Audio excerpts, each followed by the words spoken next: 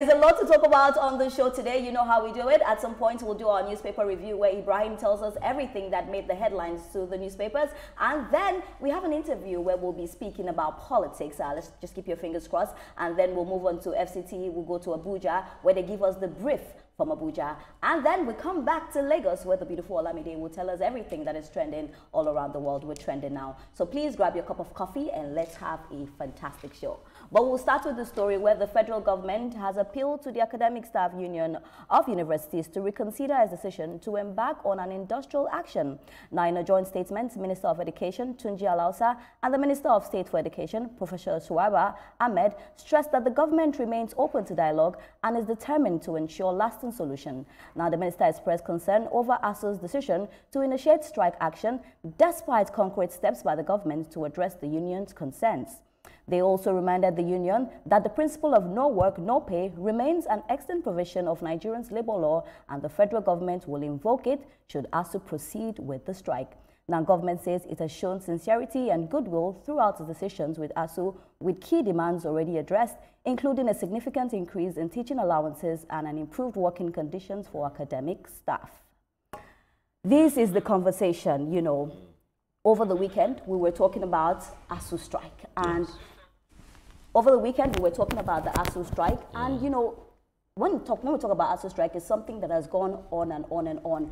If I take you back to 2022, they had the longest strike, 8 months, you know, university students were home and all of that. But the government is saying now, no work, no pay, Etoma, which is something that I've not heard before from the government. But it seems like they are tired. It's now become a broken record because we always hear about the strikes. And when the strike comes, who suffers it the most? The students get to suffer it. They stay at home, they don't go to school, and they miss their academic years. Etoma, quickly, let me pick your brain on this. Right. Between 1999 and 2022, ASUU had gone on 16 different strikes. Now, this will make it look as if, don't they have any other arsenal at their disposal? Why strike? But it also paints a picture of trust deficit. All right? This particular one, the federal government had listened to them. Mr. President had approved quite a number of things, but the message did not get to ASUU when it was supposed to. Because they had 14 days of warning, you know, telling the federal government that, look, if you don't do this in 14 days, we're going to go on a nationwide strike. And they had enough time to talk to individual universities. I think last week I said that there were over 80 universities that had agreed that they will join the strike when it starts, because that's the way ASUU does their thing. But this information got to them, I think, 2 days to the expiration of the 14 days. And according to ASUU, they are studying it. So while they are studying it, the strike must go on. Another thing you don't do when you are negotiating with anybody, whether it's an association or an individual, you don't use definite words. You don't say no. You don't say this can't happen. You don't threaten. So I read the press release, and the mention of the no work, no pay was right down, I think, in paragraph 5 or so, but that's what's catching the whole headlines. Headlines, exactly. You know, it looks as if we are going to have a lot of drama from that sector. From today, we'll keep having stories until ASUU actually calls up the strike. Well, a lot of stories we'll definitely be hearing. But Olamide, I'll just say something quickly. I remember in Ghana, most of the students that I see, when you ask them why are they coming to school abroad, all they tell you is because of the strikes. And then I didn't understand what it was until I came to Nigeria. You know, ASUU has been going on strike. This is not the first time. It almost seems like a broken record because in 4 days or whatever, you hear that ASUU is going on strike. And at the end of the day, I think that they get to forget that, you know, I understand that the conditions they are working on may be a little bit difficult and stringent, but I also think that, do we put these students into consideration? Absolutely, indeed, like you rightly said, Ria, it is the students that suffer, and like you rightly said, this is deja vu for the Nigerian education system. We've been locked in the same ASUU government struggle since the 1980s. It's almost like a broken record at this point. It's very sad to see what is happening, and like we rightly said, the children are the ones that suffer the most. But Etoma, you spoke about the concept of trust deficit in public education.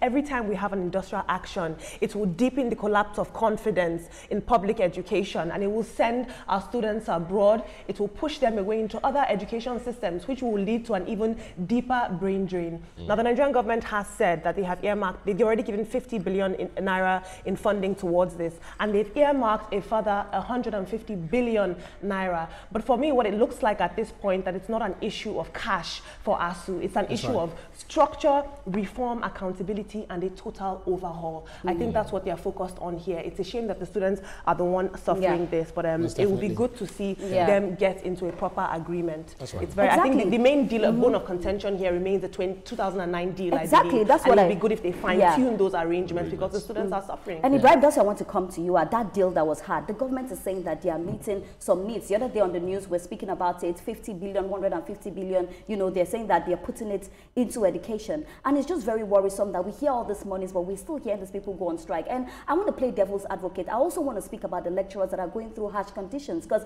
it's not easy for them as well. They have families, you know. So sometimes you want to weigh the boat. Yes, education is important. We cannot leave our children out of school, but are we also, you know, doing the right thing for these lecturers? You see people say, I don't want to be a lecturer because they feel like lecturers are poor. Unfortunately, over 2.5 million university students will be affected if they go on strike.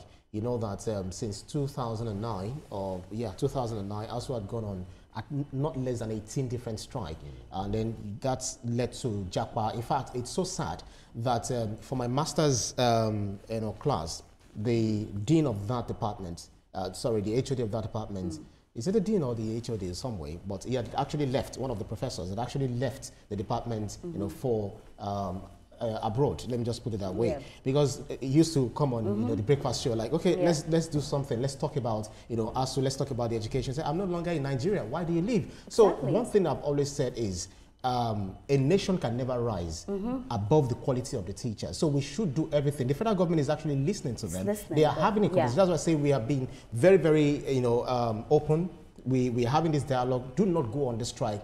Let us meet for me, so I'll that we say solve that this problem once when and we for think about anything, let's just think about the collateral damage, and at the end of the day, the students are the ones that will suffer. You know, at TVC, we definitely go in depth in everything we do, so we're going to have the ASUU president later in the show to throw more light on this, so you want to make sure you don't go anywhere. But we'll take a quick breather now, and when we return, Ibrahim is ready for